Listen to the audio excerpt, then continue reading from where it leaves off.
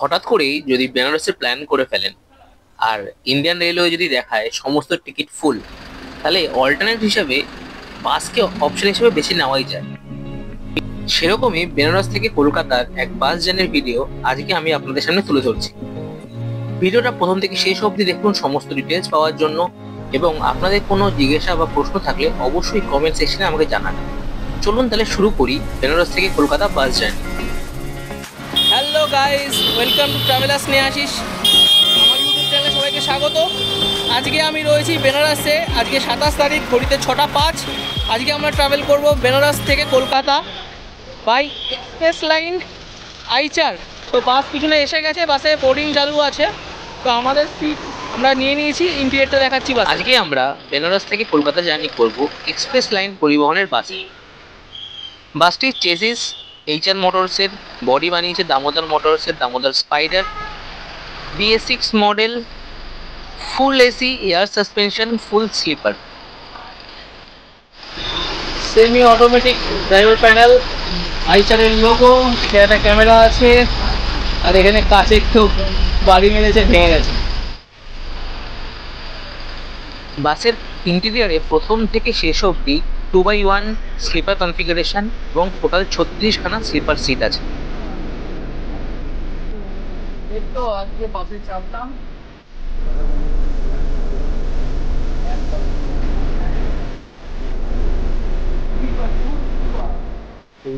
Individual TV আছে, headphone আছে, উপরে এটা remote control TV, AC vent, পিছনে একটা, সামনে একটা, চার্জিং পয়েন্টস, ব্যাক রেস্ট। আচ্ছা, এখানে পিলো আছে। আসার সময় লোকনাথ ট্রাভেলসের বাসে পিলো ছিল না। ব্ল্যাঙ্কেট আছে, সিটটাও কমফোর্টেবলি সফট। তো আমাদের সিট নিচের দুটো, তো 2x1 কনফিগারেশন যেরকম নর্মালি থাকে। দামোদর স্পাইডারের বডি, পিছন দিকে মোস্ট প্রবাবলি সিটটা উল্টো দিকে থাকবে। ইয়েস, পিছনের সিটটা উল্টো কনফিগারেশন ফর সেফটি পারপাস, কারণ সিট যদি এদিকে থাকে তাহলে ঠুকলে, পিছন থেকে ঠুকলে হেড ড্যামেজ হবে, তাই জন্য সিটটা উল্টো দিকে থাকে। ঠিক আছে, আমি দেখাই। আমি একদম বাসের পিছন দিকে দাঁড়িয়ে আছি, পিছনের দুটো সিট উল্টো কনফিগারেশনে, বাকি সব নর্মাল। নাম কি? লাহারতারা চড়া। এই পিছনে হচ্ছে সানশাইন নোবেল স্কুল, তার পাশে থেকে এই এক্সপ্রেস লাইনের বাসটা ছাড়বে। আর এখানে অয়ন ট্রাভেলস বলে একটা গুমটি মতো করা আছে, যেখানে আমাদের বসতে দিয়েছিল, ব্যাগ রাখতে দিয়েছিল। আর বাস এসে গেছে 5-7 মিনিট আগে, বোর্ডিং চলছে। ডিপারচার টাইম 6টা 35। আচ্ছা, এই বাসে কোনো বায়ো টয়লেট নেই। 6:30 ছেড়ে কলকাতা পৌঁছানোর টাইম 8:30, মানে 14 ঘন্টার journey time. Varanasi junction station থেকে লাহারতারা চকের ডিস্টেন্স প্রায় 1.5 কিলোমিটার, আর গদলিয়া চক থেকে 4.5 থেকে 5 কিলোমিটার। অটো ভাড়া 250 থেকে 300 টাকা নেবে।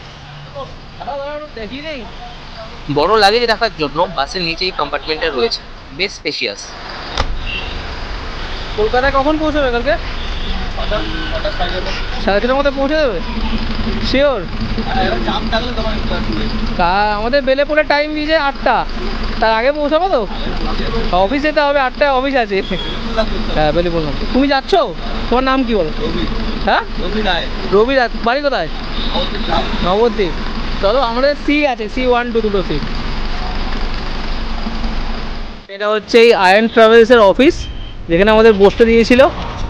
তো এদের কন্ট্যাক্ট নাম্বার এরাই দিয়ে দেবে, এক্সপ্রেস লাইন থেকেই পাঠিয়ে দেবে।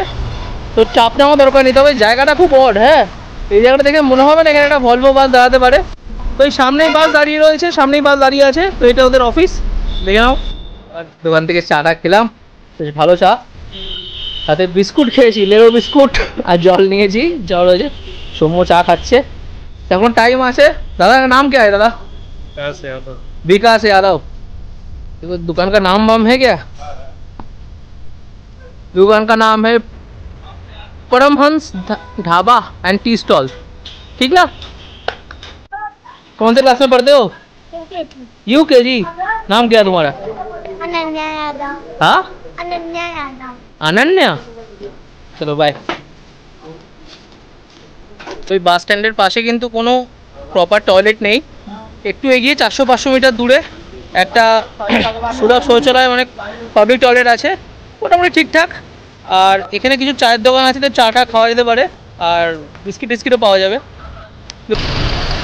दादा बस 6:30 बजे खुलता है, तो कब तक आ जाना चाहिए? 6 बजे आ जाएंगे तो हो जाएगा ना, वो आपका ऑफिस में बैठने का बंदोबस्त है। ठीक है। दादा का नाम तो अंकुर। अच्छा, आपका नाम अंकुर, अयान किसका नाम है? अयान मेरे बेटे का नाम। हाँ वही होना ही है। ठीक है चलो, ठीक है। अच्छा, ये उनका भाई है अंकुर जी। आपका नाम? अनिक है। चलो मुझे अच्छा लगा। दादा हमारे आज के कैप्टन प्रवीर बाबू, प्रवीर झा।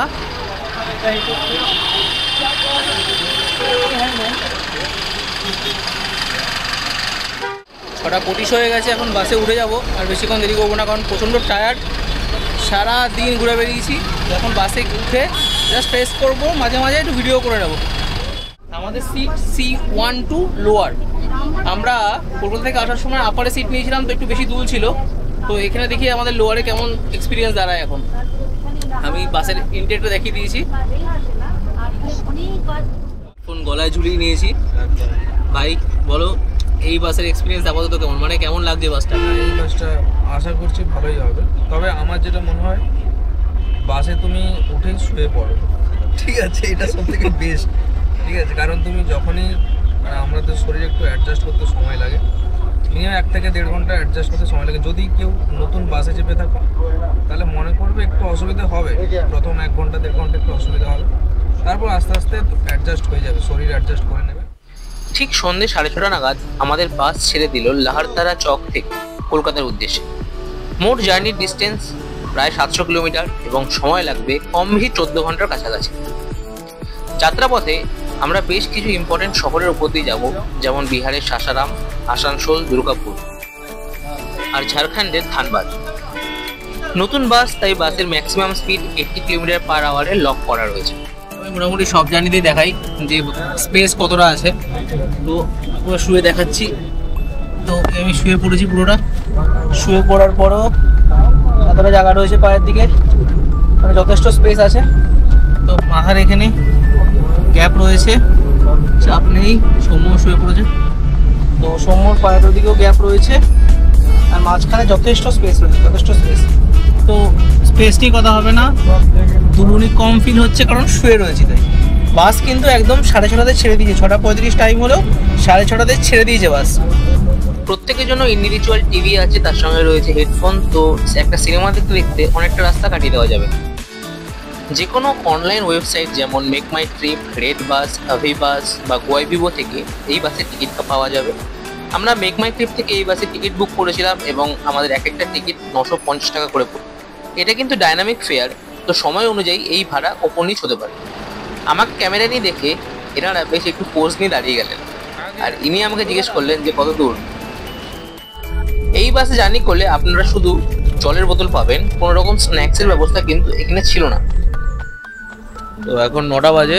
তো বিহারের কুদ্রা বলে একটা জায়গায়, কুদ্রা বা কাইমুর হোটেল অনামিকা, ওখানে দাঁড় করা হলো। 20 মিনিটের হল্ট। লোকনাথের বাসটা দাঁড়িয়ে আছে, লোকনাথের বাস সব পুরোই কলকাতার। এটা আমাদের এক্সপ্রেস লাইন। দেখি ভেতরে কি কেমন অবস্থা। খাবার কেমন ছিল সৌম্য? তবে আমি ধোকা পেয়ে গেছি, তড়কা অর্ডার করেছিলাম কিন্তু ডাল ফ্রাই পেয়ে গেছি। খাওয়া দাওয়া হয়ে গেছে, এখন 9:30 বাজে, বাস ছেড়ে দেবে। তো আমরা যে হোটেলে হল্ট করলো, হোটেল অনামিকা। খাবার মোটামুটি ছিল, টয়লেট অ্যাভারেজ বা বিলো অ্যাভারেজও বলা যেতে পারে, খুব একটা পরিষ্কার নয়। আর সৌম্য বলছে ওর তরকা খেতে গিয়ে ধোকা পেয়েছে, তরকার জায়গায় ডাল ফ্রাই দিয়ে দিয়েছে। তো 6টা রুটি আর ডাল ফ্রাই 180 টাকা নিয়েছে, আর একটা কোল্ড ড্রিঙ্কস নিয়েছি। এখন বাসে উঠে যাবো, বাসের টাইম হয়ে গেছে, চলো।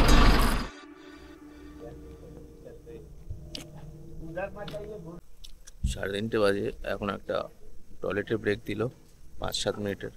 এরপর বলছে গাড়ি আর দাঁড়াবে না, আর 4.5 ঘন্টার মতো ডিস্টেন্স বাকি আছে, 250 কিলোমিটার মতো।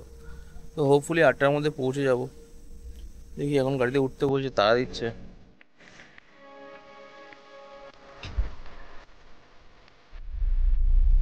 একটু জার্নি এক্সপিরিয়েন্স শেয়ার করে নিই। বাসের কমফোর্ট ভলভো বা ভারত বেঞ্জের থেকে একটু কম, সাসপেনশন একটু weak, but overall journey was good. বাসের টাইমিং খুব ভালো, একদম সময় মতো আমাদের কলকাতা পৌঁছে দিয়েছে। এখন ট্রেনে বিভূতি এক্সপ্রেস বেনারস থেকে কলকাতা পৌঁছাতে 4.5 থেকে 5 ঘন্টা লেট করছে। তাই যাদের সময়ের একটু কনস্ট্রেইন আছে তারা ট্রেনের পরিবর্তে বাসকে এভেল করতেই পারে। যদি রেটিং দিতে হয় তাহলে বাসের কমফোর্টকে আমি দেবো 5-এর মধ্যে 3.5, বাসের পাঞ্চুয়ালিটি 5-এ 5, বাসের ক্লিনলিনেস 5-এ 5 এবং ওভারঅল এক্সপিরিয়েন্স 4-5-এর মধ্যে।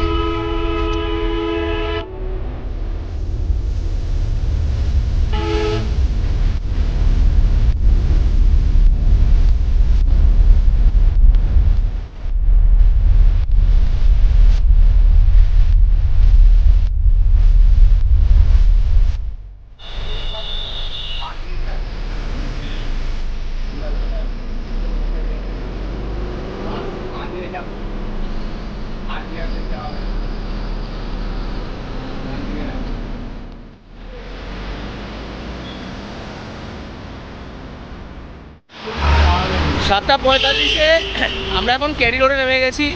তো বাস সেম আধ ঘন্টা আর্লি।